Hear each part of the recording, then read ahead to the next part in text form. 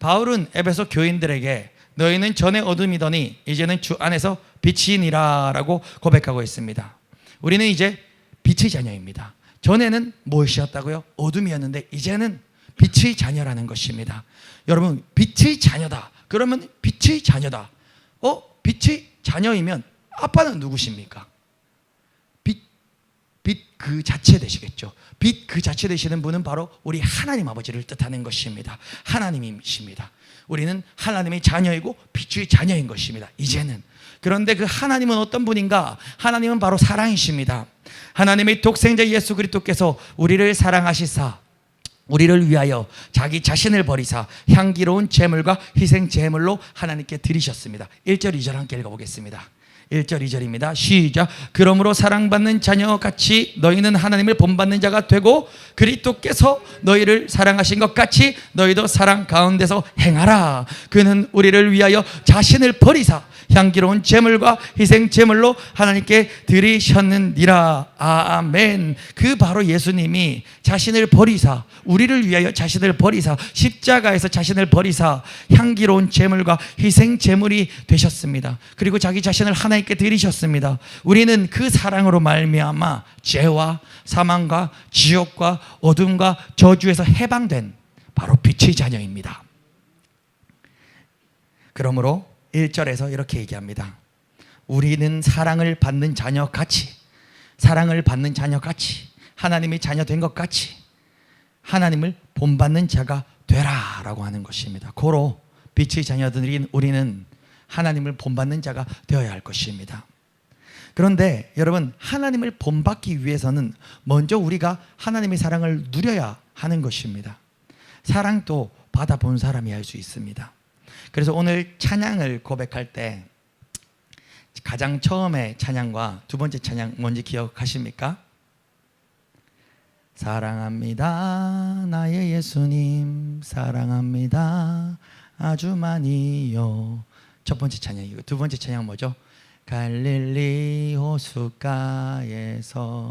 주님이 시몬에게 물으셨네. 사랑하는 아들아 넌 날 사랑하느냐? 오 주님 당신만이 아십니다. 이 고백이 무엇입니까? 시몬이 누구입니까? 바로 베드로입니다. 베드로가 누구입니까? 죽을지언정 주님을 부인하지 않겠나이다. 내가 죽을지언정 모든 사람이 주를 떠나도 나는 나만큼은 주님을 버리지 않겠나이다 고백했던 베드로.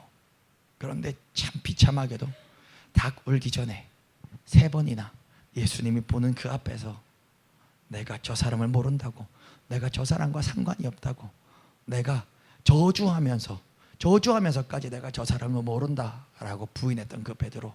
그 베드로 어떠했습니까?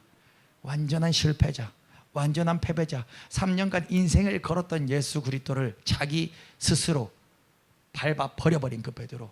더 이상 일어날 힘이 없었던 베드로.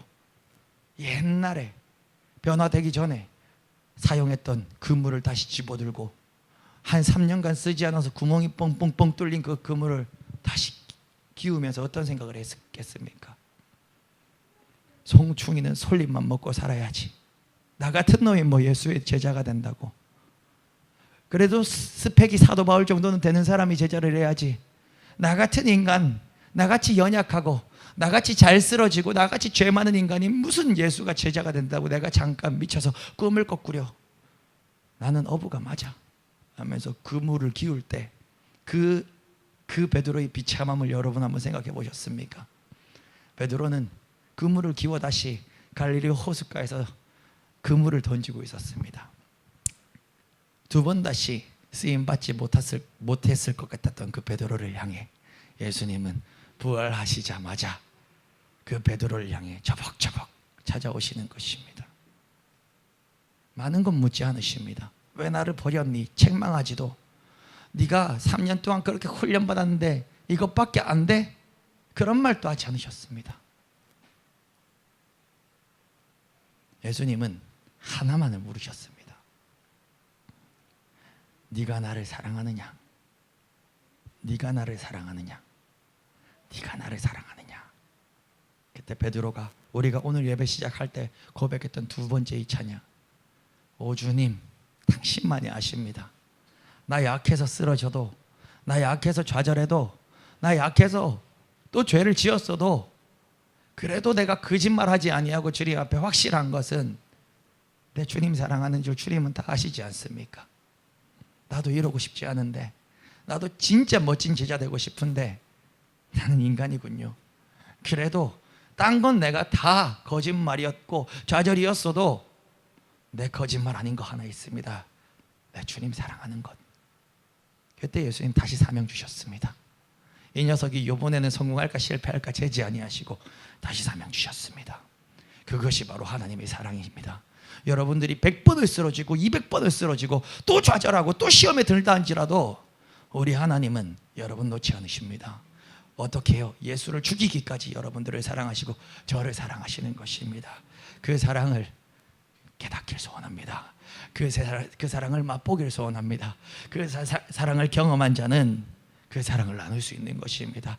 우리가 하나님을 사랑하는 것, 하나님께 사랑받는 자녀가 된 것 같이 우리가 하나님을 본받을 수 있는 것입니다. 결국 우리가 본받아야지 해서 본받아지는 것이 아니라 내가 하나님의 사랑을 경험하면 경험할수록 하나님을 본받게 되는 것입니다. 오늘 이 시간 우리가 하나님을 사랑을 충만하게 누리고 그 사랑이 내게 역사하여 하나님을 본받는 우리 모든 성도님 되시길 예수 그리스도 이름으로 축원드립니다.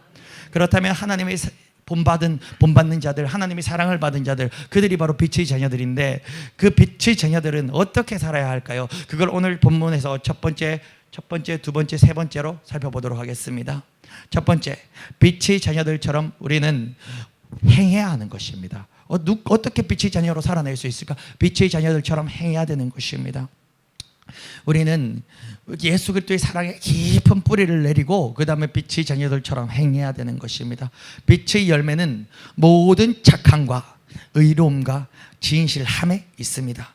그것이 어디에 있냐면 9절 함께 읽어보겠습니다. 시작. 빛의 열매는 모든 착함과 의로움과 진실함에 있느니라. 아멘. 착함이란 다른 사람들을 향해 어질고 관대한 모든 행실을 말합니다. 의로움이란 불의를 버리고 하나님의 의로운 뜻을 따르는 아주 올곧은 행실을 말합니다. 진실함이란 복음의 진리나 진실한 그 말, 그것을 말하는 것입니다.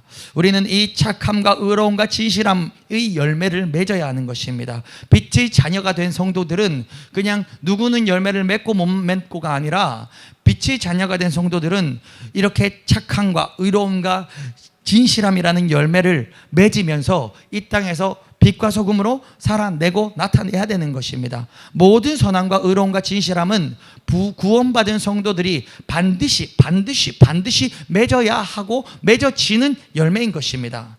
다른 인본주의적인 종교들은 이렇게 가르칩니다. 네가 열심히 돌을 닦으면, 네가 열심히 선을 행하면, 네가 열심히 구제를 하면 신이 너를 구원해 줄 거야. 그래서 불교는 어떻습니까? 이 도가니가 다 나갈 정도로 천배고 만배고 하면, 그렇게 내 도가니가 다 따르고 나면 신이 나를 구원해 줄 거야. 어떤 그 세계, 어떤 극락에 이르게 해줄 거야. 천주교도 어떻습니까? 천주교도 선행의 구원의 조건이 있습니다. 여러분, 신학적인 얘기라서 생략하겠습니다. 다른 얘기 오늘 찬양 많이 하고. 어쨌든 천주교는 여덕이라는 게 있어요. 여덕, 남을 여의 덕. 이게 뭐냐면 천주교가 왜 성자들을 숭배하는지 아십니까? 베드로를 숭배하고 마리아를 숭배하고 그런 성자들, 심지어는 그 누구지? 테레사 수녀, 마더 테레사, 이런 사람들을 숭배한단 말이에요. 성자의 반열로 그거 높인단 말이에요. 그리고 교황이 얼마나 신과 같이 막 숭배가 됩니까? 왜냐면요, 예를 들어 마더 테레사가 얼마나 희생적으로 이렇게 봉사하며 살았잖아요. 그러면은 마더 테레사가 구원받을 수 있는 덕이 100점 쌓으면 구원이에요. 근데 마더 테레사는 몇 점을 쌓았는지 아십니까? 예를 들어서 제 비유로 표현합니다. 150점을 쌓았어요. 그럼 마더 테레사가 덕이 몇 점 남았습니까? 50점이 남았죠? 그러면 산 사람들이 마더 테레사를 섬기고 숭배를 하면 그 여덕이라고 불러요. 그 마더 테레사의 남은 여덕이 나한테 와서 그 덕이 내 점수가 올라가서 내가 구원에 이를 수 있다라는 이런 교리가 있어요. 쉽게 말하면. 그러니까 천주교는 공로, 사실 이단들하고 비슷하단 말이에요. 왜 신천지가 그렇게 부흥을 합니까? 저도 설교할 때 여러분들 전도 한 명씩 해오면 여러분들 구원 티켓 그냥 보장됩니다. 허경영이처럼 하면은 허경영이 돈 많이 벌었더라고요. 교회는 그게 아니에요. 우리는 선을 행하고 덕을 쌓아가지고 구원받으려고 하는 게 아니란 말입니다. 우리는 무엇입니까? 오직 은혜로, 오직 믿음으로. 여러분, 모든 이단의 기초가요, 이단들이 왜 성도들이 피고름을 다 뽑아먹냐면 그런 교리가 다 있어요. 네가 열심히 하면 어떤 레벨에 오르고, 네가 열심히 하면 어떤 반열에 오르고. 신천지가 그래요. 네가 거짓말을 해서라도, 엄마 아빠를 속여서라도 열심히 하면 네가 레벨이 오르면 너희 엄마 아빠도 구원 받을 수 있다. 그러니까 그 엄마 아빠한테 거짓말하는 개들이 진짜 효녀들인 거예요. 왜냐하면 엄마 아빠한테 거짓말을 해서 속여서라도 내가 열심히 신천지 해서 우리 엄마 아빠 구원시키려고 하는 애들이에요. 그러니까 모든 이단들이 그런 교리들이 다 있어요. 그렇지만 여러분 기억하십시오. 천주교 또한, 그리고 세상 모든 종교들은 다 그런 게 있지만 우리는 그런 게 없습니다. 우리는 무엇입니까? 우리 구원에 우리 공로가 어디 있단 말입니까? 아무것도 없습니다. 저와 여러분들은 오직 은혜입니다. 오직 부어주신 그 은혜를 믿음으로, 그 믿음으로 하나님의 100% 하나님의 도구로, 쉽게 말하면 우리는 구원이 우리에게 임한 것입니다. 근데 그렇게 구원받은 우리들에게, 그런 제자인 우리들에게는 반드시 열매가 따른다는 것이죠. 착함과 의로움과 진실함.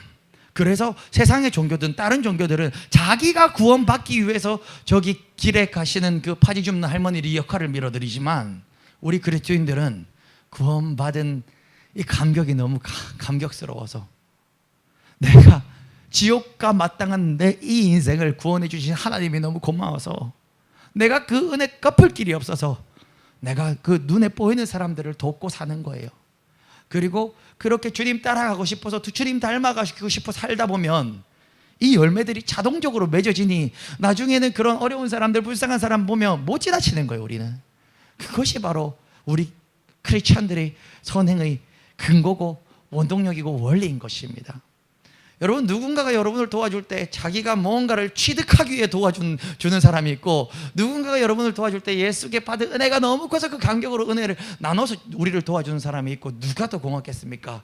저는 사실 둘 다 고맙습니다. 그렇게라도 도와주면 고맙지요.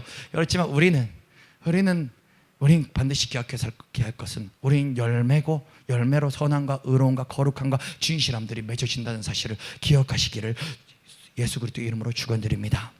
사랑하는 성도 여러분, 그래서 우리가 우리의 삶을 돌아봤을 때 내 삶의 빛이 열매가 맺어지고 있는가, 성령의 열매가 맺어지고 있는가, 이걸 한번 돌아보길 소원합니다. 11절에 그렇게 기록되어 있는데요, 한번 읽어볼까요? 시작. 너희는 열매 없는 어둠의 일에 참여하지 말고 도리어 책망하라. 열매가 없다면, 내가 예수는 믿지만 아직 훌륭한 제자가 아니라서 열매가 좀 못 맺혀지는구나 라고 우리는 그냥 생각할 수 있지만, 11절을 보면 열매가 없다는 것은 반대로 지금 내가 어둠의 일에 참여하고 있다라는 것이 되는 것입니다. 고로 여러분, 우리 모두는 오늘 이 금요기도회 현장에 내 삶에, 지난 내 인생에 한 5년 10년 예수를 믿었을 때 내 삶의 열매가, 어떤 열매가 맺혀지고 있는가 돌아보면서 오늘 이 밤에 기도하는 시간 되시길 간절히 예수 그리스도 이름으로 축원드립니다. 네, 또 10절의 말씀 한번 보겠습니다. 10절의 말씀 함께 읽어볼까요? 시작. 주를 기쁘게 할 것이 무엇인가 시험하여 보라. 우리는 10절의 말씀처럼 빛의 자녀들처럼 행할 때, 우리가 빛의 자녀들처럼 행할 때 우리는 주를 기쁘시게 할 것이 무엇인가 주님을 시험해 보아야 하는 것입니다. 그런데 이 10절 말씀은 뭔가 조금 불쾌하게 느껴지지 않습니까? 감히 인간이 어떻게 하나님을 시험한단 말인가, 이런 느낌이 좀 들지 않습니까? 저도 그냥 이렇게 성경을 읽을 때 이게 좀 해석이 좀 잘 안 되는 것입니다. 그런데 이 시험하다라는 단어를 원어로 살펴보면요, 도키마조라고 부르는데, 이것은 같은 이 단어, 시험하다라는 단어가 어디에 쓰였냐면 로마서 12장 2절에 쓰였어요. 로마서 12장 2절을 제가 읽어드립니다. 하나님의 선하시고 기뻐하시고 온전한 신 뜻이 무엇인지 분별하도록 하라. 이거 여기서 분별하다랑 여기서 시험하다랑 같은 단어예요. 그 해석을 좀 다르게 해놓은 겁니다. 그러면 로마서에서 시험하다가 같은 단어인데, 로마서에서 나오는 이 분별하다랑 같은 단어인데, 그러면은 이제 그거를 딱 알고 나면 이게 기분 나쁘고 우리가 하나님을 감히 시험한다고 이런 느낌이 아니란 걸 여러분들이 아실 수 있을 것입니다. 이 동사는 무엇이 참인지 결정하기 위하여 면밀하게 시험하고 조사하다라는 뜻을 가지고 있는 것입니다. 우리 감히 인간이 하나님을 테스트하고 시험하는 게 아니라 내가 무엇이 참인지를 결정하기 위하여 이렇게 면밀하게 시험해보고 조사해보는 것, 이걸 얘기하는 것이죠. 그런데 구약 성경에는 각종 율법들이 이렇게 우리를 가르쳐 줍니다. 언제 어떻게 하고 언제 어떻게 하지 말고, 이때는 이렇게 하고 저때는 저렇게 하고, 뭐는 먹지 말고 뭐는 먹고, 구약에는 이렇게 싹 가르쳐 주잖아요. 교회에도 그런 싹 가르쳐 주는 어떤 종이 A4용지 한 5장이 있어가지고 1번부터 한 600번까지 여러분 딱 나눠드리고 딱 이렇게 지내면은 말씀 안 어기고 죄 안 짓고 얼마나 이렇게 속속속 피해가지고 잘 살 수 있겠습니까? 맞죠? 네, 안 넘어오시네요. 예, 맞습니다 하시면 안 돼요. 우리는 이제 율법의 종이 아니지 않습니까? 이제 신약에서는 이제 어떻게 되냐면 일상생활에서 다양한 상황 가운데서 모든 상황에서 언제는 이렇게 하고 저렇게 하고 저렇게 하라 저렇게 하라 이런 규범들을 신약 성경에서는 상세하게 우리한테 안 가르쳐 주고 있습니다. 우리가 성경을 읽어보면. 그렇죠. 그렇다면 우리가 이제 율법의 멍에를 메고 살아가지 않는 우리는 이제 어떻게 살아야 되는 것입니까? 바로 이 단어입니다. 방금 우리가 읽었던 그 10절에 주를 기쁘시게 할 것이 무엇인가 시험하여 보라, 이것입니다. 우리는 모든 행동을 할 때, 어떤 상황이 처해졌을 때, 모든 때에 주님을 기쁘게 해드리는 것이 무엇이며 주님의 뜻과 일치하는 행동이 무엇인지, 그리고 지극히 선한 것이 무엇이며 또 좋은 것이 무엇인지 우리 성도 자신이 늘 기도하면서 성령님께 묻고 시험하고 분별해야 되는 것입니다. 10절 말씀을. 그래서 이게 얼마나 은혜인지 여러분 아십니까? 우리가 그래서 이제 구약처럼 율법에 여러분 종이 돼서 사는 거 살지 않는 거예요. 여전히 그 구약 시대의 율법주의자들처럼 살고 있는 그 유대인들이 있어요. 이게 실화인데 제가 웃기려고 하는 얘기가 아닌데, 저도 신학교 교수님한테 들었는데요. 어떤 일이 있냐면 LG에서 냉장고를 만들었는데 불티나게 팔린 냉장고가 이스라엘에 있다고 합니다. 그 냉장고는요 주 6일을 돌고 7일째는 작동을 안 한대요. 그래 작동을 안 해도 냉기가 아주 보온될 수 있게끔 전원이 안 들어, 전기가 공급이 안 돼도 하루 정도는 냉기가 잘 보호되다가 월요일 다시 냉기 쫙 전원이 공급돼서 냉기를 확 도는 그 냉장고를 개발해서 LG인가 삼성인가 그거 갖다 팔았는데 이스라엘에서 그렇게 많이 팔렸답니다. 명성도님은 이게 무슨 말인지 아직 잘 모르겠죠. 그게 무슨 말이냐면 그 사람들은 그 쉽게 말하면 안식일을 거룩하게 지키라 하기 때문에 이게 주일은 쉽게 말하면 유대인들 입장에서 주일은 냉장고도 일시키면 안 되는 거예요. 냉장고 전원 돌아서 일시키면 죄 짓는 거예요. TV 보면 죄 짓는 거예요. 이것도 실화인데요. 주일날에 쉽게 말하면 안식일날에 이 랍비 유대인 같은 사람들이 이제 그 건물에 한 15층에 올라가야 되는 겁니다. 그래서 엘리베이터를 타고 싶은데 주일날은 일시키면 안 되잖아요. 종도 시기하고 소도 시기해야 되는 날이 주일이잖아요. 안식일이잖아요. 그러니까 이 얼마나 그 바리새인들다운지 엘리베이터 버튼을 못 누르는 거예요. 자기가 누르면 엘리베이터 이식키는 거니까. 자기는 그러면 율법 어기는 거니까. 그러면 어떻게 하냐면 걸어서 올라가야 되는데 15층을 어떻게 걸어서 올라가겠습니까? 다른 사람이 올 때까지 이렇게 앞에서 자기 안 누르고 기다리고 있는 거예요. 그러다가 다른 사람이 와가지고 엘리베이터 누릅니다. 근데 이 사람이 17층을 가는 겁니다. 얼마나 고마운지. 그러면 그 옆에 쓱 타가지고 17층에 자기는 15층 가야 되는데 17층에서 내려가지고 두 층을 계단으로 걸어가는 거예요. 그러니까 우리가 만약에 지금 또 그런 한 조항을 우리에게 주셨다면 우리도 그렇게 살아야 될 수도 있어요. 그렇지만 여러분 우리 10절 말씀을 기억하십시오. 주를 기쁘시게 할 것이 무엇인가 시험하여 보라. 이게 이제 우리 삶의 지침인 것입니다. 우리가 모든 것을 행할 때, 우리가 선행을 행할 때조차도 주를 기쁘시게 하는 것이 무엇인가 시험하여 보라. 즉 그러니까 주님이라면 주님이 이거 기뻐 받으실까? 주님이 즐거이 받으실까?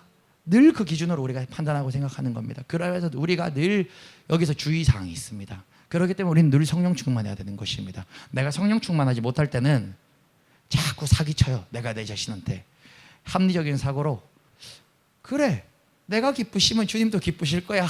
주님 기쁘시겠지 하면서 자기가 하고 싶은 걸 자꾸 하는 거예요. 주님 안 기뻐하시는데.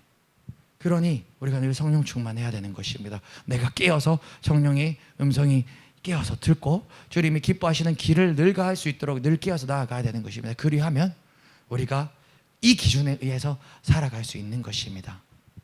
네, 그렇습니다. 그래서 이것이 얼마나 축복인 줄 여러분들 기억하시고 우리가 주님을 기쁘시게 하며 그렇게 살아가시는 모든 성도님들 되시길 예수 그리스도 이름으로 축원합니다. 네, 두 번째입니다. 두 번째로 빛의 자녀들처럼 살기 위해 우리는 어둠의 일들에 동참하지 않아야 합니다. 어둠의 일들에 동참하지 마라. 11절 말씀 다시 한번 읽어보겠습니다. 시작. 너희는 열매 없는 어둠의 일에 참여하지 말고, 요까지입니다. 참여하지 말고. 빛의 자녀들은 더 이상 어둠의 일에 동참해서는 안 됩니다. 어둠의 일은 어떤 일들이 있습니까? 우리 3절 함께 읽어보겠습니다. 시작. 음행과 온갖 더러운 것과 탐욕은 너희 중에서 그 이름조차도 부르지 말라. 이는 성도에게 마땅한 반이라. 아멘. 음행, 온갖 더러운 것, 탐욕, 이러한 것들이 바로 어둠의 일입니다. 여기서 음행은 원어로 해석하면 약간 더 이제 좁게 보는데 간음과 매춘을 말합니다. 온갖 더러운 것은 여기서 무절제한 성적인 행동, 여기서 더러운 것이란 성적인 타락과 더러움들을 좀 좁게 얘기하는 것입니다. 그런데 더러운 것이 아니라 그 앞에 온갖 더러운 것이라고 붙였죠. 그러면은 성적인 더러움뿐만이 아니라 온갖 종류의 부도덕한 모든 행동을 다 얘기하는 것입니다. 그리고 세 번째 무엇입니까? 탐욕을 말하고 있습니다. 탐욕은 성적인 욕망뿐만이 아니라 자기 만족을 추구하는 모든 육체적인 욕망을 얘기하는 것입니다. 특히 탐욕이 가득한 자를 탐하는 자라고 얘기를 하는데, 탐하는 자는 곧 우상숭배의 자라고 부르기도 합니다. 5절입니다. 5절 함께 읽겠습니다. 시작. 너희도 정녕 이것을 알거니와 음행하는 자나 더러운 자나 탐하는 자 곧 우상숭배자는 다 그리스도와 하나님의 나라에서 기업을 얻지 못하리니. 아멘. 탐하는 자는 우상숭배자라고도 말하는 것입니다. 골로새서에서 탐욕 자체를 우상숭배로 규정하고 있습니다. 골로새서 3장 5절입니다. 읽지는 않겠습니다. 탐욕은 사람의 눈을 어둡게 하여 물질이나 쾌락에 사로잡히게 합니다. 사람들을 음행과 더러운 것들에 빠지게 하여 근본 원인, 사람들을 음행과 더러운 것들에 빠지게 하는 이 근본 원인도 결국은 탐욕에서 비롯되는 것입니다. 나의 탐욕의 대상은 쉽사리 삶의 중심을 차지하고 하나님 대신에 숭배를 받는 것입니다. 돈에 대한 탐욕이 있는 사람, 그러면은 돈이 그 중심에 있는 거예요. 하나님보다 더 높은 자리에. 성적인 그 자기 몸의 쾌락에 탐욕이 있는 사람, 아까 말했던 모든 음행과 돈과 더러운 것이 당연히 따라 나오는 것입니다. 그래서 이 탐욕은 하나님께서도 예수님께서도 모든 탐욕을 물리치라고 누가복음 12장 15절에서 경고하셨습니다. 여러분, 그래서 이 탐욕이 얼마나 무서운 것인지, 우리가 얼마나 애써 싸워야 되는 것인지를 기억하시길 소원합니다. 그렇다면 교회를 다니는데 음행하는 자, 더러운 자, 탐하는 자, 교회를 다니는데 음행하는 자, 더러운 자, 탐하는 자 어떻게 되는 것입니까? 5절 말씀을 살펴보면, 아까 5절 하반절에 보면 다 그리스도와 하나님의 나라에서 기업을 얻지 못하리니, 이 말이 뭡니까? 사도 바울은 좀 양반이에요. 젠틀해요. 순하게 얘기를 해요. 제 말로 표현하면 지옥 간단 말이에요. 지옥에 뗄감 된다는 이 말이에요. 바삭바삭 탄다는 말이에요. 이 말은 지옥에서 구원을 받지 못한다는 말은, 우리는 천국과 지옥밖에 없습니다. 천주교에서는 이상한 중간 세계를 얘기하지만 진리는 천국과 지옥밖에 없는 것입니다. 사랑하는 성도 여러분, 음행과 온갖 더러운 것과 탐욕을 하나님이 얼마나 싫어하시는지 하나님께서는 그것 이름조차도 부르지 말라라고 명령하시는 것입니다. 여러분, 전에는 우리도 어둠이었습니다. 우리는 그때 불순종의 아들들이었고, 우리는 전에 진노의 자녀들이었습니다. 그때는 이게 우리한테 죄가 아니었어요. 세상 사람들이 바람피는 게 죄입니까? 이제 간통죄도 다 없어졌는데, 세상 사람들이 동성애가 죄입니까? 세상 사람들은 그냥 동성애가 죄가 아니라 다른 거라 얘기해요. 틀린 게 아니라 다른 거래요. 세상 사람들은 결혼했는데 남자친구 여자친구 다 있대요. 없으면 바보래요. 저도 군대 가가지고 군대에서 훈련병 때 이렇게 군대 남자밖에 없잖아요. 이렇게 운전병이라서 운전 교육하는데 조교가 여자친구 있냐 뭐 이런 거 묻는 거 여자친구 한 번도 없었다니까 바보냐고 막 놀리는 거예요. 그래서 속으로 바보 아닌데 나는 예수 믿어서 그런 건데 막 속으로 막 근데 그렇지만 뭐 제가 모르는 세상 사람들하고 싸우겠습니다. 근데 제가 그때 느낀 게 있어요. 제가 군대에서 쓴 일기가 있습니다. 그 일기 아직도 있어요. 많이 얘기했는데 그 일기에 제가 뭐라 썼냐면 이 군대가 세상의 나이트 클럽이나 세상에 어떠한 저기 막 그 타락한 것보다 훨씬 더 더럽고 소돔과 고모라 같은 곳이다라고 제가 썼습니다. 차라리 저기 술집에서 술을 진탕 먹고 막 쾌락을 즐기며 막 노는 사람은 놀고 똑같은 죄지만 놀고 그냥 끝이지만 군대에 가서 제가 느낀 게 이게 그 세상과 구별돼 있어서 세상과 단절돼 있어서 남자들끼리만 하루 온종일 있고 집에도 못 가니까 이게 말로 짓는 죄가 이 상상으로 짓는 죄가 그리고 자꾸 그 음탕한 얘기하고 이렇게 옆에 그 지나가는 사람한테도 자꾸 그렇게 말을 걸고 하는 이게 훨씬 더 죄의 질량과 양이 더 많다라고 저는 느껴서 일기를 그렇게 제가 군대에서 그런 일기를 썼던 적이 있습니다.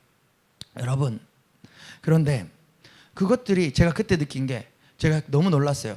제가 그 군대에 가서 느낀 게 이들이 틀린 게 아니라 내가 이상한 놈이었구나. 저는 태어나서 모태신앙으로 평생 교회에서 살았잖아요. 평생 교회에서 살다가 또 세상에서 직장 한번 안 가져보고 목사가 된 케이스잖아요. 그러니까 군대에 가서 세상 사람들하고 저는 세상 중고등학교 때도 친구들이 많지는 않았거든요. 착한 애들만 골라서 사귀었어요. 왜냐면 제가 감당이 안 되니까 제가 그러다 보니까 그렇게 온실 속에 화초처럼 살았던 내가 거기서 사람 진짜 이제 완전 세상 사람들을 만나고 보니 와 이거는 내가 이상한 거였구나. 그때 굉장한 제 충격을 받았습니다. 이들이 정상이구나. 제 말에 어폐가 있는 것입니다. 진짜 그들이 정상인 줄 알고 또 그렇게 세상으로 이제 가야 되겠다 하시면 안 됩니다. 그만큼 그 절대 다수가 그게 이제 괜찮은 거라고 살고 있더라고요. 그게 나쁜 게 아니라고 안 걸리면 괜찮다고 살고 있더라고요. 그러니 그리스도인들이 얼마나 극소수이고 그리스도인 중에서도 말씀 지키며 살아가는 사람들이 얼마나 극소수이고 우리들이 이상한 사람인 줄 제가 그때 처음 알았습니다. 그런데 사랑하는 성도 여러분, 빛의 자녀들은요 죄의 냄새도 맡기 싫어지는 것입니다. 성경에서 분명히 뭐라고 말씀하십니까? 음행과 온갖 더러움과 탐욕을 하나님이 얼마나 싫어하는지 그것을 입에 그 이름도 부르지 말라고 하세요. 그 이름도 부르지 말라. 제가 이게 정말 이 말씀 뼈저리게 느낍니다. 제가 주님이 더 사랑하여지고 주님을 따라가고 싶고 주님을 더욱더 주님을 닮아가고 싶어지다 보니 점점 제가 세상 친구들을 만나는 게 옛날에는 사실은 신학교 오기 전에는 그래도 1년에 두세 번씩 세상 친구들 만나러 나갔어요. 왜냐면 저도 중고등학교 때 친구들이 다 있단 말이에요. 그러니까 그 친구들은 제가 그때도 저는 그거 주일날에 놀러 가자 그러면 나는 주일날은 수영장 너희들하고 못 가. 난 주일 거룩하게 지켜야 돼. 그렇게 해서 살아왔고 그 친구들은 저희 그런 특이함을 인정을 해줘서 저랑 같이 놀면은 세상 친구들인데 술을 안 마셔요. 반석이 오는 날은 술 못 마신다. 예, 그렇게 대학교 가서 이렇게 다 이렇게 친구들이 다 인정을 해줘서 그런 모임은 1년에 두세 번씩은 나갔어요. 일부러 친구들을 그래도 제가 분위기 안 깨려고 좀 맞춰주고 술 없이 같이 노래방 가서 저도 애창곡 몇 개 있거든요. 그것도 부르고 이렇게 하는데 가면 갈수록 그게 너무 재미가 없는 거예요. 그러니까는 뭐 나를 위해서 술도 안 마시고 나를 위해서 그래도 좀 이렇게 뭐 너무 세상적으로 안 노름에도 불구하고 거기서 대화하는 그 얘기 주제 자체가 너무나 관심이 없어요. 나는 무슨 차를 사고 싶은 마음도 없고 나는 외제차 국산차 나는 국산차 살 거예요. 진짜로. 왜냐면 수리비가 싸잖아요. 잘 굴러가고 수리비가 싼 게 장땡이지. 기름 많이 먹고 수리비 비싼 거 왜 탑니까? 근데 그런 얘기가 재미가 없는 거예요, 제가. 그러니까 재미가 없어지다 보니까 나가고 싶지가 않은 거예요. 그러다 보니까 솔직히 지금 이건 좀 내가 너무한가 싶긴 한데 세상 동창의 그 중고등학교 친구들 안 만난 지가 한 5년, 6년, 7년 넘었습니다. 정확한 날짜도 이제 기억이 안 나요. 7년 넘었습니다. 7년 넘었고 그래도 교회 다니는 친구들은 1년에 또 한 번씩은 만났는데 이제 잘 안 만나요, 그것도. 그리고 제가 이거는 조금 여러분 제가 목회자들 잘 안 만납니다. 제가 목회자들 왜 안 만나냐면 목회자들이 만나면은 목회자들은 뭐 얘기할 데가 없잖아요. 늘 그 목회 필드에서 힘들고 어려운 거 억울한 거 있어도 어디 성도들한테 내가 이런 억울한 거 있다고 얘기하겠습니까? 그 사람은 목회 그만둬야 되는 사람이고요. 예. 아니 그 그만둬야 되는 사람은 아니지만 그것 때문에 연단을 더 받을 사람이고, 우리는 억울해도 참아야 되고, 억울해도 주님 아시지요? 내가 억울한데 주님 아시면 그만큼 훈련 빨리 되는 것이고, 그만큼 내가 더 빨리 훈련받고 연단받아 주님이 제자로서 멋지게 쓰임받을 수 있는 것이고, 주님 한 번 보고 바라봐 나아가야 되는 사람들인데, 목회자들이 목회자들 만나면 교회에서 힘들었다고 다 얘기하거든요. 와, 그 듣기가 싫어요. 듣기가 싫어요. 야, 하나님한테 왜 얘기하라고. 듣기가 싫어요. 그래서 저는 목회자들 친구 잘 안 만납니다. 목회자들 친구를 만나서도 이렇게 이게 좀 자꾸 힘든 거 얘기하는 사람은 제가 좀 피해요. 그리고 그거 틀렸다라고도 잘 얘기를 안 해줘요. 왜냐하면 들을 준비가 되지 않으면 말해주지 않는 거예요. 네. 왜냐하면 들을 준비가 안 됐으면 아무리 옳은 얘기를 해줘도 옳음이 그 사람을 바꿔내지 못하는 거예요. 그냥 기도만 할 뿐이죠. 그 사람이 들을 준비가 성령께서 만지실 때까지. 여러분들이 수정해야 될 게 있어도 저 말 안 합니다. 기도만 할 겁니다. 여러분들이 영적으로 다운됐고 업됐을 때 다 알아요. 목사는 몇 명이 없는데 밥만 먹고 여러분들 기도만 하는 게 제 일인데 제가 모르겠습니까? 근데 말 안 할 겁니다. 왜요? 늘 여러분들은 저한테 얘기해요. 목사님 이상한 게 보이면 바로바로 얘기해 주세요. 얘기 안 할 거예요. 왠지 아십니까? 옳음은 여러분들을 바꿔내지 못해요. 제가 말하는 옳음과 정답, 교과서에 나오는 책 말은 여러분들을 바꾸지 못해요. 왜냐하면 그 옳음이 저를 바꿔내지 못했거든요. 아는데 그냥 듣기 싫고, 아는데 짜증 났거든요. 제가 그랬거든요. 근데 무엇이 사람을 바꾸냐면, 부모의 사랑이 자식을 바꿔내듯 기도가 성도를 바꾸고 기도가 목사를 바꿔내는 줄 저는 믿습니다. 그리고 성령께서 감동을 주시면 이제 그 옳음을 전하라고, 이제 그 옳음을 말해 주어라고 감동 주시면 그때 말하는 겁니다. 그때 성령께서 들리게 하시고, 그때 성령께서는 그 다음에 변화까지도 작정하시고 만지시고 움직이시는 것입니다. 그래서 저는 목회자 친구들을 잘 안 만납니다. 목회자 친구들 요즘에는 거의 2년에 한 번 정도 보는 것 같습니다. 1년에 한 번도 잘 안 만납니다. 예. 그러 여러분들도 여러분들 말의 중요성을 기억하시기 바랍니다. 오늘 이 설교의 부주제는 저는 말의 중요성이에요. 사실 이것만 주제를 잡고 설교할까 하다가 그래도 지금 강해 설교로 가기 때문에 전체적인 것을 말해 주어야 되기 때문에 이걸 작은 소제목으로 나누었습니다. 여러분, 우리는 죄의 냄새도 맡기 싫은 것입니다. 7절 함께 읽어볼까요? 시작. 네, 이게 무엇이죠? 제가 방금 말했던 것이죠. 여러분, 자꾸 내 주변에 그 불평, 불만과 저주와 원망과 음행과 온갖 더러운 것과 탐욕을 말하면서 여러분들을 유혹하는 사람들이 있어요. 그 사람이 나쁜 게 아니라 그 사람을 통해서 여러분들을 무너뜨리려는 원수 마귀의 간계가 그 안에 숨어 있단 말입니다. 그러한 경우 7절처럼 그들과 함께하는 자가 되지 말라라는 거예요. 그들을 피하라는 거예요. 세상 친구들을 피하라는 것입니다. 근데 이것이 절교하라는 얘기 아니에요. 그러면 우리가 저 산속에서 교인들만 모여 살아야죠. 그런데 우리는 세상 속에 들어가야 된단 말입니다. 그러니까 그들이 악한 말을 하고 여러분들을 속이려 하고 여러분들을 이렇게 자꾸 전염시키려 할 때 그거 동참하지 마시고 그 자리 피하세요. 그리고 여러분의 선함으로 덮어내세요. 다른 얘기를 돌리시고, 저도 막 누구 호박씨 가는 얘기하면 그렇나 근데 있잖아 하면서 다른 얘기로 딱 돌려요. 그러면 다른 주제가 다른 걸로 근데 있잖아, 야, 네 차 바꿨더라. 바로 차 바꾼 거 자랑하고 싶어가지고 이제 남 욕하다가 바로 차 바꾼 거 얘기한단 말입니다. 그런 지혜를 쓰셔야 돼요. 그래서 우리가 속아 넘어가지 아니하고, 여러분들 입으로 귀로 지혜짓지 마시고, 여러분 제가 해봤거든요. 세상 친구들, 그래도 내가 세상 친구들 바꿔내야지 하면서 그렇게 지금 막 어둠에 빠져있는 사람 만나가지고 한마디도 안 하고 끝까지 있어 봤는데 아무 말 안 하고 듣기만 했잖아요. 듣고 집에 한 몸살 걸려요. 제가 정말입니다. 한두 번이 아니에요. 듣고 들어와서 몸살이 걸린단 말입니다. 왜냐하면 내가 들으면 생각이 돌면서 생각으로 한 것도 하나님은 죄라고 그랬거든요. 지나가는 여자 보고 이렇게 음행 이렇게 한번 생각하면 음행한 거랑 똑같은 죄라 그랬거든요. 그러니 여러분, 아직 여러분들이 좀 더 장성한 분량에 이르러 그들을 완전 덮어내서 야, 이 독사의 자식아 회개해 하고 세례 요한처럼 딱 선포할 수 있을 때가 아니면 피하는 것도 지혜입니다. 배하는 것도 지혜입니다. 왜냐하면 내가 죽으면 다른 사람 못 살리잖아요. 내가 죽으면 다른 사람 못 살리니까 그것도 지혜인 것입니다. 그래서 7절은 하나님께서 그렇게 우리에게 가르쳐 주시는 것입니다. 또 하나님께서 이 말씀에서 오늘 계속해서 입술과 말의 권세를 강조합니다. 4절 함께 읽어보겠습니다. 시작. 누추함과 어리석은 말이나 희롱의 말이 마땅치 아니하니. 네, 거기까지 그렇게 말씀하시죠. 음행, 온갖 더러운 것, 탐욕은 그 이름조차 내 입술로 내뱉지 말라 하시고 4절에 뭐라고 말씀하시죠? 누추함과 어리석은 말이나 희롱의 말이 마땅치 않다. 누구한테요? 빛의 자녀들한테는 이 말이 마땅치 않다. 아까 그거랑 뭐가 연관이? 아까는 뭐죠? 음행, 온갖 더러운 탐욕을 내 입술에 말조차도 하지 말라 그러고, 두 번째 4절에서 누추함과 어리석은 말이나 희롱의 말, 그런 말들이 마땅치 않다. 3절 4절을 가만히 뚫어다지게 해석을 해보면요, 입술의 말의 중요성을 계속 강조하고 있는 것입니다. 누가복음 6장 45절, 선한 사람은 마음에 쌓은 선에서 선을 내고 악한 자는 그 쌓은 악에서 악을 내나니 이는 마음에 가득한 것을 입으로 말함이라. 우리는 분명히 마음에 있는 것이 입으로 나오는 것입니다. 잠언 21장 23절, 입술과 혀를 지키는 자는 자기의 영혼을 환난에서 보존하느니라. 여러분, 이만큼 입술과 혀를 지키는 것이 중요합니다.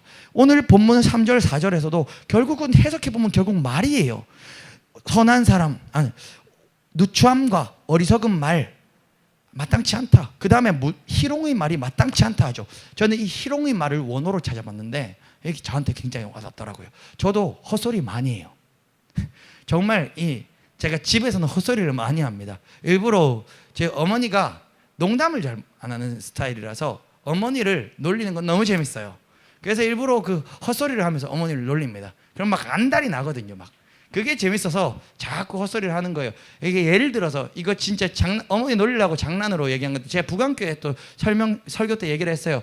어머니한테, 야, 내 나중에 우리 성도님들한테 저기 람보르기니 한 대 사달라고 그래야 되겠다고. 람보르기니 타고 이렇게 신방 가가지고 이 목사님이 이 차에서 내리는데 뚜껑이 이게 문이 위로 쫙 열리면 우리 성도들 얼마나 은혜 받겠냐고 이렇게 딱 얘기를 하는 겁니다. 제 람보르기니 안 사요.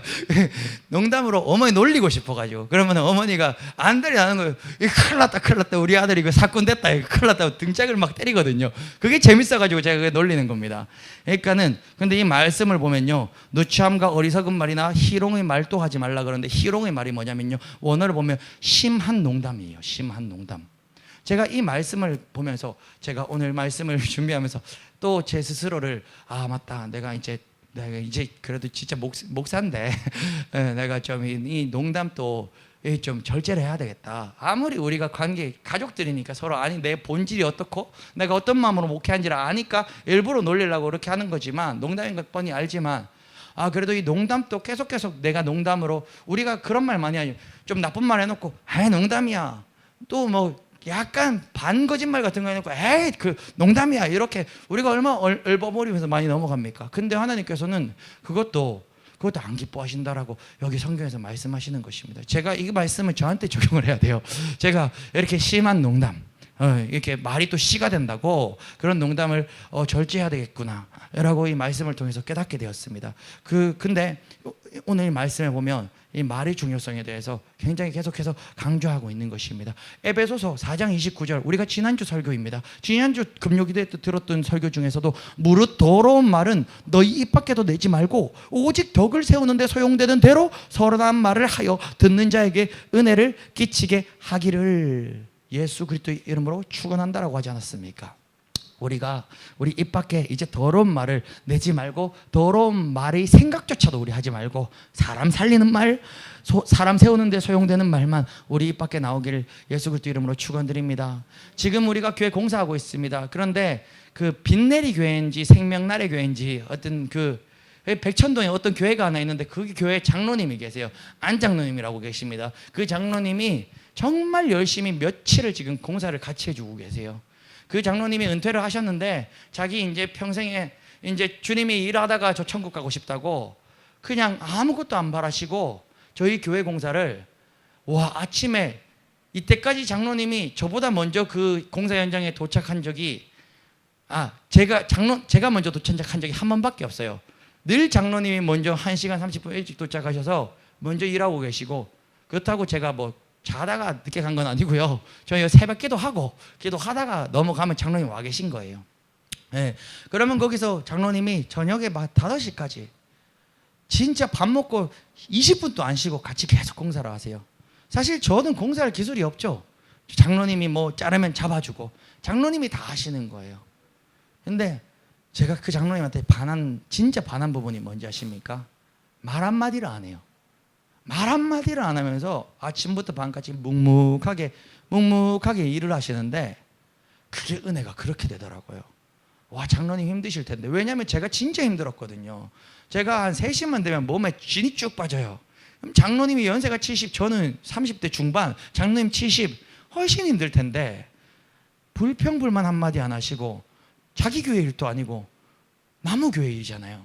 근데 먼저 선서수범해가지고 그렇게 하루 하고 도망가야 정상인데, 지금까지 하시고 해서 제가 장로님 쓰러지실까봐 이렇게 어젠가 장로님 이제 쉬시라고 며칠 쉬었다가 우리 다시 하자고 쉬시라 했는데, 쉬는 날에 저는 장로님 쉬시라고 저는 일했죠. 또 혼자 가가지고 혼자 일하고 나무가 부족해서 우리 유진 사장님께 가서 나무를 딱 살라고 갔는데, 사장님이 아이고 거기 장로님 교회 우리 오셨던데 장로님 못 만났냐고. 장로님 오늘 우리 교회 일 안 하는데요.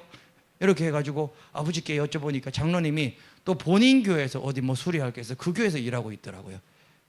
저희가 또 그때 또 농담했습니다. 아버지한테 아예 그럴 줄 알았으면 장로님 우리 교회 와서 일하라고 그럴 건데, 이렇게 농담을 했었어요 그때. 그만큼 제가 장로님 같이 한 며칠을 일해 보고 정말 반했고, 이야, 하나님 얼마나 기뻐하실까. 그러니까 제가 진짜 반한 부분이 뭔지를 기억하십시오. 우리 교회 일해준 거 너무너무 고마워요. 너무너무 고맙고, 정말로 저는 그 마음 가운데 내가 저 장로님은 정말로 책임을 져야 되겠다. 그런 얘기 참 많이, 영적으로 내가 책임을 져야 되겠다. 저 장로님의 기도 늘 빼먹지 않고 늘 기도하면서 저 장로님은 내가 다른 교회 장로님이라도 내 책임을 져야 되겠다는 마음이 들었지만, 제가 지금 이 설교 때 감격하는 포인트는 그 부분이 아니에요. 그 부분은 2차적인 부분이고요. 그 부분 2차적인, 진짜 첫 번째, 오히려 불평불만 없이, 입술에 나쁜 말 없이 묵묵하게 아침부터 밤까지 묵묵하게 기쁨으로 그 일을 감당하신다는 거예요. 저는 그게 더 반했어요. 거기서 우리 교회 일을 해주고 안 해주고, 제가 그 장로님을 다른 지역에서 만나서 다른 교회를 일해 준다 할지라도 저는 그것 때문에 반했을 거예요. 여러분, 그러니 우리가 이 입술과 혀를 지키는 게 얼마나 중요한 것인지, 입술과 혀를 지키는 게 내 신앙을 지키는 거라는 것을 반드시 명심하시고, 아무리 우리가 신앙생활을 오래 했어도 일을 하면서 자꾸 아이씨 하면서 뭐 이거는 뭐 이래서 안 되고 저건 저래서 안 되고 그러시면 안 돼요. 그러시면 받았던 복이 나가요. 그러시면 안 돼요. 하나님이 그거 속상해 하세요. 그러시면 안 되고, 왜냐하면 저도 입이 싸거든요. 입이 싸거든요. 오목사도 입이 싸거든요. 그런 유전이 있어요, 저희 집에는. 그렇기 때문에 제가 장로님 보면서 또 해결했습니다. 말씀을 묵상하는데 이런 일 가운데 그렇구나, 나도 어떠한 작은만한 일에 입술을 재갈을 물려서 오히려 하나님을 경배하는 입, 하나님 찬양하는 입, 그리고 된다 하면 된다, 해보자, 할 수 있다, 성령님이 임하소서, 내가 못하면 그때 하나님이 일하신다, 이 말만 내 입술에서 나오는 종이 되기를 정말로 소원합니다. 우리 모든 성도님들도 그런 입술 되시기를 예수 그리스도 이름으로 축원드립니다. 네, 마지막 세 번째입니다. 마지막 세 번째, 어둠의 일들을 책망하라는 것입니다. 마지막 세 번째는 어둠의 일들을 책망하라. 또 이렇게 표현해도 되겠습니다. 어둠의 일들을 폭로하라. 11절입니다. 함께 읽어보겠습니다. 시작. 너희는 열매 없는 어둠의 일에 참여하지 말고 도리어 책망하라. 도리어 책망하라는 것입니다. 하나님께서는 우리가 어둠의 일에 참여하는 것으로 끝나는 것이, 참여 안 하는 것으로 끝나는 것이 아니라 도리어 그 어둠의 일을 그냥 방관하지 말고 책망하라는 것입니다. 세상의 죄와 불의에 대해서 성도들은 무관심하거나 수수방관하지 말고 그것들에 대해서 담대히 맞서야 한다는 것입니다. 고로 우리가 10월 27일 날 대한민국 전 교회가 강화문에서 차별금지법을 막기 위해서 한국교회 전체가 모여서 연합예배를 드립니다. 중간 이 광고하는 거예요. 참석하실 수 있는 분들은 정말 이번에 많이 참석해 주시길 소망합니다. 원래 저희 교회도 그냥 싹 가서 거기서 예배를 드릴까 했는데 여건상 상황상 그게 또 힘든 성도님들이 있어요. 차 타기도 힘든 성도님들 있고 또 다 있기 때문에 우리 교회가 저는 뭐 한 명이 오든 여기서 예배를 드리지만 그래도 가실 수 있는 분들은 제가 차 이렇게 조금 이렇게 알아보니까 생각보다 대구 멀어서 그런지 큰 교회들에서 그렇게 많이 가지를 그 버스를 대절해서 가는 교회가 그렇게 많지는 않더라고요. 있으면 저희 교회 성도님들 한 팀을 묶어가지고 그냥 같이 그냥 싹 보내고 저는 이제 못 가시는 한 두세 분 함께 여기서 예배드리면 좋겠는데 예, 부강교회도 따로 차가 없잖아요, 맞죠? 예, 그래서 근데 버스 타면 멀미 나요. 저도 버스 1시간 이상 못 타거든요. 그러니까 저는 버스 타는 거 정말 싫어요.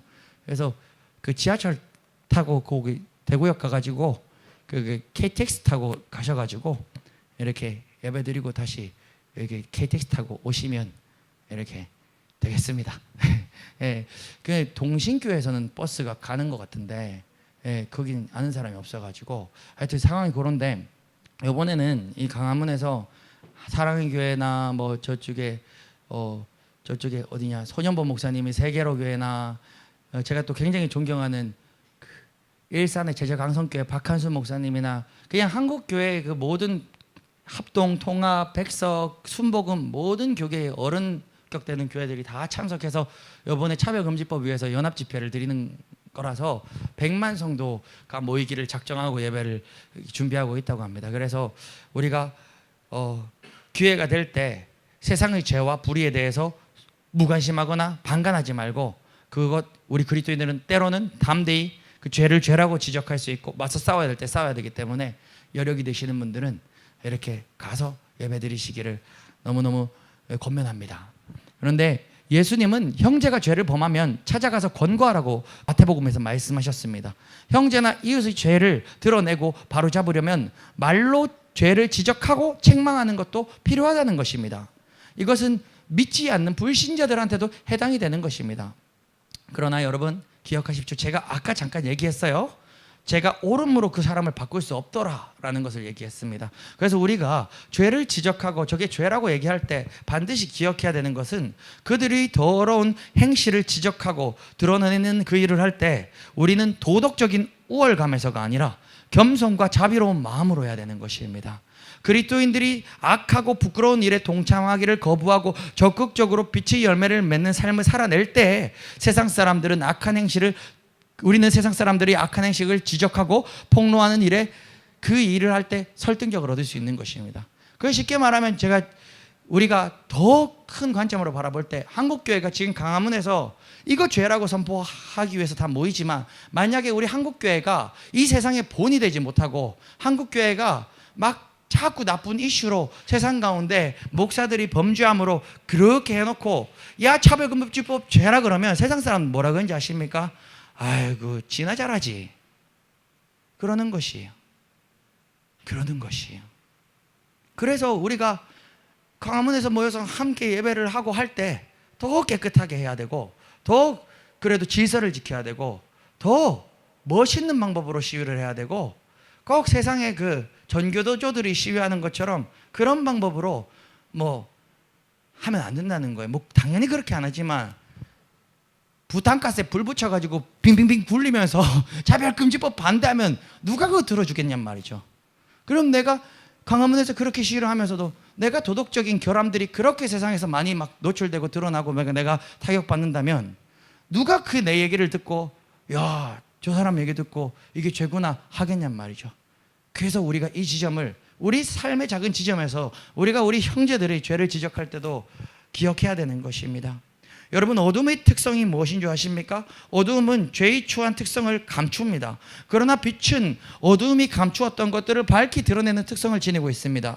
주 안에서 빛이 되는 성도들이 믿지 않는 사람들이 은밀히 행하는 부끄러운 일들을 지적하고 책망하면 그 일들이 밝히 드러나게 되는 것입니다. 그 결과가 어떻습니까? 그 결과 믿지 않는 사람들은 자신들이 행한 일들의 실상을 보고 자신들이 죄인임을 깨닫게 되는 것입니다. 빛은 죄를 폭로하는 역할을 할 뿐 아니라 빛은 변화를 일으키는 역할도 하기 때문입니다. 이것이 바로 5장 13절의 말씀입니다. 5장 13절 함께 읽어보겠습니다. 시작. 그러나 책망을 받는 모든 것은 빛으로 말미암아 드러나나니 드러나는 것마다 빛이니라. 아멘. 그런데 이 13절 말씀 너무 이해되지 않지 않습니까? 여러분 이 한번 눈으로 지금 한번 읽어보십시오. 이거 정말 이해 안 될 겁니다. 문맥이 그냥 좀 안 맞을 거예요. 무슨 말을 하는 건지 아시겠습니까? 다시 한번 읽어보겠습니다. 13절 시작. 그러나 책망을 받는 모든 것은 빛으로 말미암아 드러나나니 드러나는 것마다 빛이니라. 아멘. 여러분 13절에서 책망을 받는 모든 것은 빛으로 말미암아 드러나나니까지는 이해가 됩니다. 책망을 받는 것.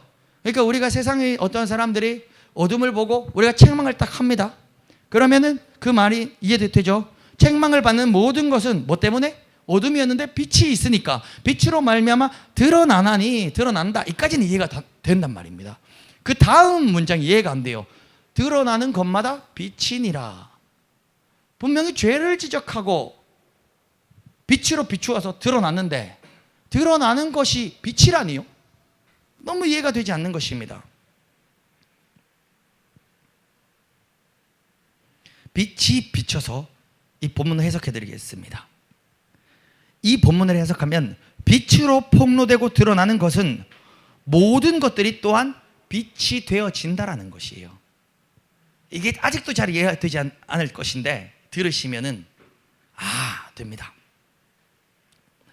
세상의 논리로는 아마 이걸 이해 못합니다. 저도 이 말씀을 해석하는데 좀 골치가 아팠어요. 여러분 캄캄한 곳에 있는 물체를 그 물체에 빛이 비추면 어떻게 됩니까? 그 물체가 선명하게 이제 비춰지죠. 그 물체를 우리가 볼 수 있죠. 여기 불을 확 꺼놓으면 여러분 이 생수가 보이겠습니까? 안 보이죠? 근데 불을 확 켜서 빛이 비추이면 요게 생수구나, 요게 페트병이구나 드러나는 것입니다. 이것이 세상의 논리입니다. 그런데 이것을 영적으로 이 말씀을 해석하면 자연의 빛을 받은 물체는 이렇게 그냥 생수구나 보여지는데 이 말씀을 해석하면 빛이 비추인 것이 이 물체가 생수가 아니라 빛이 된다는 것이에요. 이 말씀은 사도 바울이 지금 그렇게 얘기하고 있는 것입니다. 이거는 영적인 관점으로만 해석할 수 있는 것입니다. 즉 자연의 빛을 받을 물체는 빛이 될 수 없지만 진리의 빛을 받은 이 생수는 빛이 되어버릴 수 있다는 것이에요. 주 안에서 빛이 된 성도들을 통해서 나타나는 진리의 빛은 죄와 어둠을 걷어내어 죄를 드러나게 할 뿐 아니라 거기서 끝나는 게 아니라 이 빛이 비쳤잖아요. 이 사람이 요 죄가 있었네 비쳤잖아요. 거기서 끝나는 게 아니라 이 사람이 빛이 되어지게 만들어낸다는 거예요.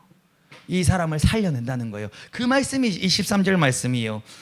고린도전서 14장 24절에서 25절에서는 사도는 에베소서의 본문과 같은 단어들을 사용하여서 성도들이 예언을 하면 믿지 아니하는 자들이 책망을 받고 그 마음에 숨은 일이 드러나게 되므로 어떻게 된다고 하냐면 엎드려 하나님을 경배할 것이라고 말하는 것입니다. 그래서 저도 이 말씀이 이해가 되는 게 제가 많은 목회자들을 만나봤는데 제일 이해가 안 되는 목사님이 윤석준 목사님이었어요. 저는 성도 상처받을까봐 시험 들까봐 그렇게 설교 못해요. 근데 회개 독사의 자식들아 막 이렇게 설교를 하는데 이게 실제로 스와질란디아인가 저기 아프리카의 어떤 나라가 있습니다.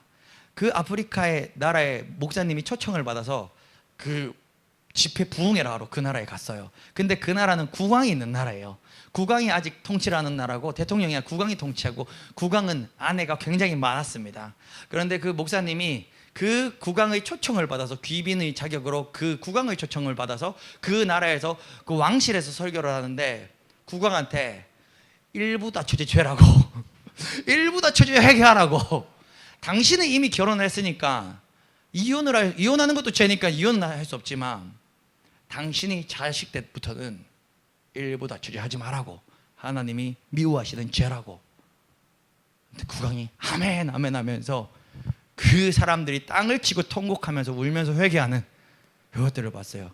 그래서 아프리카 토고에서 집회를 할 때 연 집회 참석 인원이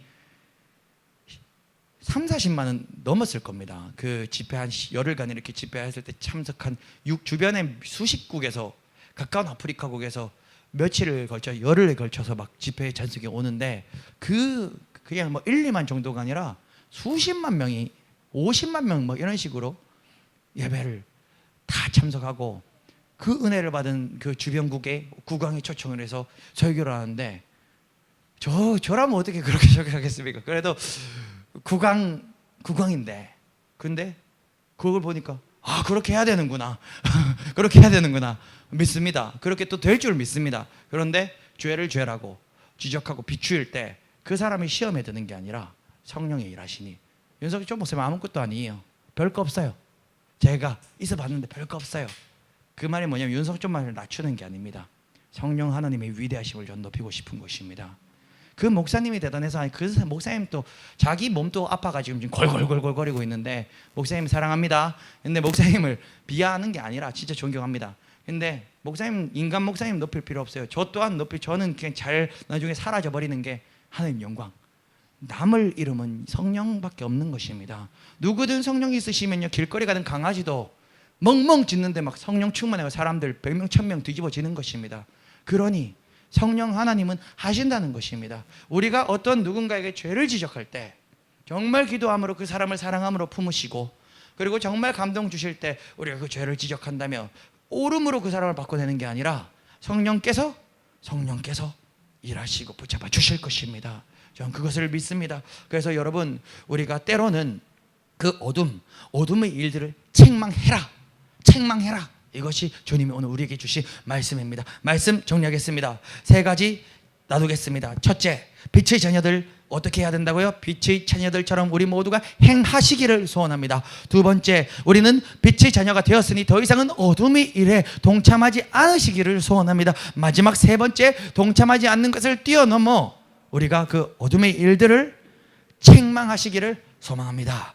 이 모든 것이 결국은 오늘 서론부에서 이야기했던 것처럼 사랑의 뿌리를 내리고 예수께서 우리를 위하여 자기 자신을 버리사 향기로운 제물과 희생 제물로 하나님께 드리셨던 것처럼 우리도 사랑 가운데 그리하시는 모든 성도님들 되시길 예수 그리스도 이름으로 축원드립니다.